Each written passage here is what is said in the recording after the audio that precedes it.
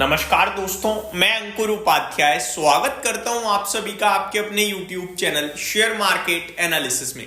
बाजार में करेक्शन हो रही है, स्टॉक्स टूट रहे हैं और इन्वेस्टर्स को डर लग रहा है। मैं आपको बताना चाहूंगा इस सिचुएशन को थोड़ा सा रिवर्स करो, थोड़ा सा उल्टे तरीके से देखो, अलग तरीके से।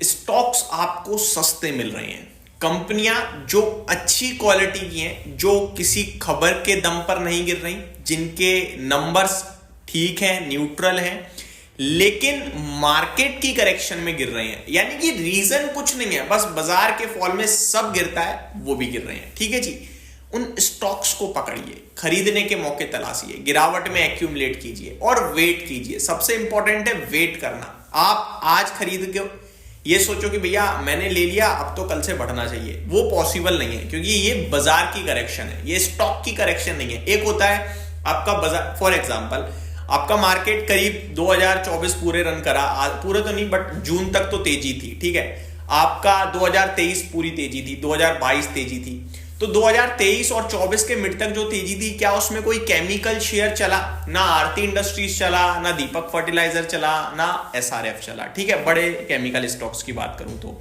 अभी भी नहीं चल रहे हैं। खैर, तो वहां पे स्टॉक स्पेसिफिक प्रॉब्लम थी।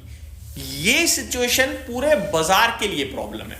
तो यहां पे क्या है, यहां पे कोई रीजन नहीं है स्टॉक्स की गिरावट का। यहां पे सारा माल गिराया जा रहा है, सब बेचा जा रहा है, यानी आप कह सकते हो डिमांड सप्लाई मिसमैच, जिसकी वजह से शेयर्स करेक्ट हो रहे हैं। बट ऑब्वियस है, अगर कहीं से सप्लाई आ रही है तो उनका अपना एक विजन है। अब मार्केट में ना हमेशा कहा जाता है, खरीदने और बेचने वाले में हमेशा खरीदने वाला बड़ा होता है, क्योंकि उसका एक ही मोटिव होता है कि शेयर ऊपर जाएगा, मेरा पैसा बनेगा। बेचने वाले के मल्टीपल व्यूज हो सकते हैं, लाइक स्टॉक में ग्रोथ नहीं दिखती, या फिर पूरी कंट्री में ही ग्रोथ नहीं दिखती, या सेक्टर में खराब डिमांड है, या मेरे को कहीं और अच्छी अपॉर्चुनिटी मिल रही है। ये कुछ भी रीजन हो सकता है, मेरे को फंड्स की जरूरत है, सिंपल है ना। तो बेचने वाले का कुछ भी हो सकता है, लेकिन खरीदने वाले का एक ही होता है, शेयर बढ़ेगा, राइट। इसलिए हमेशा इंपॉर्टेंस खरीदने वाले को दी जाती है।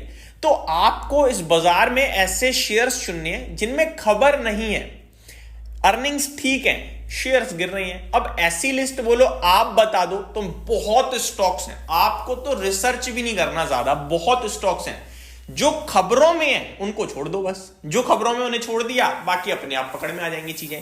अब यहां पे काफी सारे मेरे पास जो कमेंट्स हैं वो बजाज हाउसिंग फाइनेंस को लेकर हैं कि भाई क्या करें। बहुत ही चर्चित स्टॉक था ये, आईपीओ पे बहुत वीडियोस बनाई थी हमने, और पर्सनली मैंने खुद अपने 4-5 अकाउंट से आईपीओ में अप्लाई किया था, बट अलॉटमेंट नहीं आया था। आपसे भी कहा था मस्ट अप्लाई है।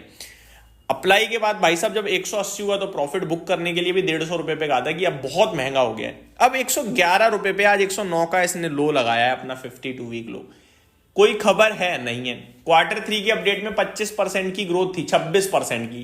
ठीक है यार, अच्छी है, कोई दिक्कत नहीं है। 1,08,10 हजार करोड़ का AUM हो चुका है, 92,000 करोड़ के मार्केट कैप पे आ गई है, रीजनेबल हो रहा है स्टॉक। और क्या चाहिए, मत टेंशन लो, बैठे रहो, लिया हुआ है तो, और गलत भाव पे ले लिया है। अब ये दूसरी गलती मत करना, बेचो भी गलत भाव पे। पहले तो आपने खरीदा गलत भाव पे 150 रुपए पे, अब 109 पे बेचकर जा रहे हो, तो ये दूसरी बड़ी गलती है। नहीं, ये नहीं करनी। एक्यूमुलेशन के बारे में सोचो अगर पैसा है तो। अब आते हैं नेक्स्ट स्टॉक पे। अगला स्टॉक कौन सा है दोस्तों जहां पे आपको करेक्शन दिख रही है? पूरे टाटा, देखो आपको पैसा कम पड़ जाएगा इस बाजार में। मैं अगर मार्केट की तरफ ध्यान दूं और मैं 2 साल का देखता हूं तो मेरे को ऐसा लगा यार यहां पैसा बन सकता है, वहां तो पैसा कम पड़ जाएगा भाई साहब, सब नहीं ले सकते। तो अब मेरे को पूरे टाटा ग्रुप में ही कहीं ना कहीं बड़ी करेक्शन दिख रही है। Tata Motors, Tata steel, Tata com, सब टूट रहे हैं, लेकिन ले तो मैं भैया अपनी औकात अनुसार ही सकता हूं। तो फिर मैं ETF पे ध्यान दूंगा। टाटा ग्रुप का ETF है टाटा इन्वेस्टमेंट। टाटा इन्वेस्टमेंट की रिसर्च करोगे तो मजा आएगा आपको। 7200-7300 रुपए की तो बुक वैल्यू है, और शेयर खड़ा 6100 रुपए पे। बट हमेशा होल्डिंग कंपनियां थोड़ी सस्ती ट्रेड करती हैं, तो वो करेगा, कोई इशू नहीं है। 84 के पीई पे महंगा भी लग सकता है, क्योंकि एवरेज मीडियन पीई इस कंपनी का 50 का है, 40 का है, तो वहां से आपको महंगा दिखेगा। लेकिन 6150 रुपए पे, 6200 रुपए पे नीचे जाएगा तो कितना, 5000 हो जाएगा, 5000 हो जाएगा। लेकिन 10,000 भी होना है फिर इसने 2-2.5 साल में दोबारा से। ठीक है, तो विजन लंबा करोगे ना और शेयर अच्छा चुनोगे तो फिर आप रिलैक्स फील करोगे। तो मैंने पूरा टाटा ग्रुप निवेश कर दिया टाटा इन्वेस्टमेंट के माध्यम से। गिरावट में थोड़ा लेता रहूंगा, तो हर एक शेयर भी ले लूं अगर मैं, जो मेरी अगर लिमिट है, एक पैसा कम है, तो एक शेयर भी मैं 5% के फॉल पे लूंगा ना, तो 25,000 रुपए में करीब करीब 5,000 तक खरीद मारूंगा, ठीक है। इनफैक्ट 10,000 में ही आ जाएगा, 2 शेयर में ही हो जाएगा, दो इंस्टॉलमेंट में काम। लेकिन आपको अपने हिसाब से, सिचुएशन के हिसाब से पोजीशन बनानी है। तीसरा, बिरला ग्रुप अल्ट्राटेक सीमेंट बड़ा पसंद आता है भाई साहब। ऊपर से इनका पेंट बिजनेस भी बढ़िया कर रहा है, करेगा मतलब आगे, अभी तो कंपटीशन बढ़ रहा है और बहुत कंपनी है। समझ में नहीं आ रहा क्या करूँ, ग्रेजिम पे ध्यान दे लो भाई साहब, समझ रहे हो बात को। तो इस तरीके से आपको समझनी चाहिए। फिर पावर को देखो, पावर में कहां पे, फिर तेल को देखो, बिना खबरों के शेयर्स टूटे हैं बड़े बड़े। अब डाटा सेंटर्स के स्टॉक्स जिनको आप आंख बंद करके किसी भी वैल्यूएशन पे लेते आ तो गए, 50% टूट गए।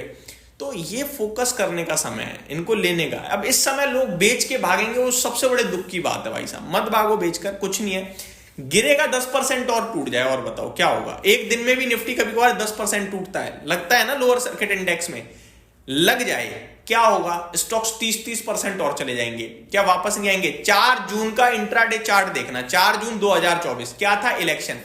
10% मिड कैप नीचे गया था, स्मॉल कैप नीचे था, निफ्टी नीचे था, 10% इंडेक्स नीचे था, 25% शेयर्स टूटे थे।